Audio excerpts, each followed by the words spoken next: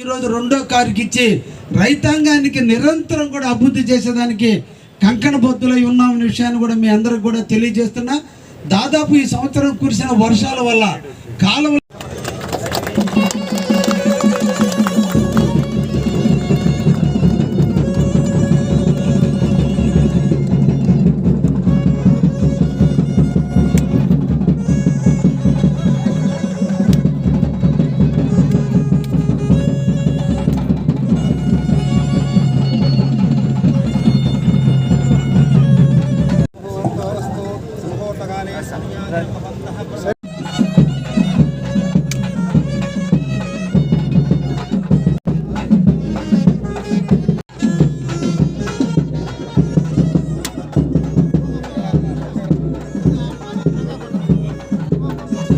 కూడా వేయనీయకుండా చేయకుండా చేసి ఈరోజు దాన్ని పక్కన ఎదురుగా ఆయన ఇంటి ముందున్న రోడ్డును కూడా చేసుకోలేని పరిస్థితి.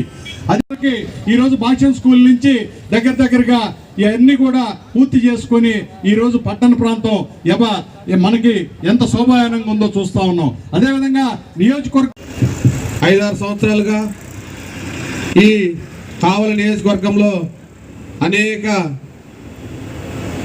వైసీపీ 19-24 మధ్యలో 9 కిలోమీటర్లు సుందరవనంగా ఈ రోజున రోడ్లో నడవాలంటే ఎంతో భయం వేసేది, ఈ రోడ్లో ప్రయాణించాలంటే ఎంతో భయం వేసేది. 2 వీలర్స్ వాళ్ళైతే నరకం చూశారు ఇక్కడ. అటువంటి నరక ప్రయాణమైనటువంటి ఈ రోడ్లని మహర్దశ ఈ రోజున కళ్ళు మూసుకొని డ్రైవ్ చేసే విధంగా ఈ రోజున నున్నటి తారు రోడ్డులతో అభివృద్ధి పదాన్ని నడుపుతున్నటువంటి మన నాయకులు కృష్ణారెడ్డి గారు.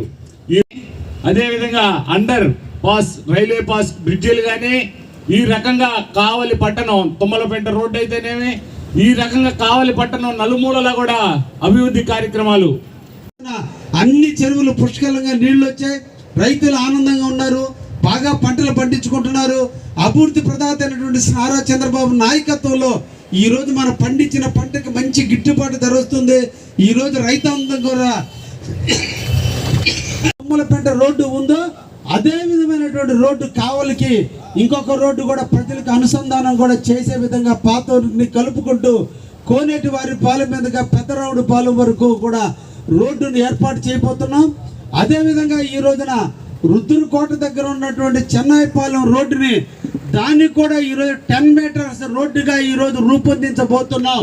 అతి తొందరలో దానికి కూడా నిధులు మంజూరై రాబోయే కాలంలో బీపీసీఎల్ ఇండస్ట్రీకి మొదటి దారిగా మన చెన్నైపాలెం రోడ్డుని అభివృద్ధి చేయడానికి మేము ఈరోజు కంకణ బద్దులు అయ్యామని కూడా ఈ విషయాన్ని కూడా మనం తెలియజేస్తున్నా.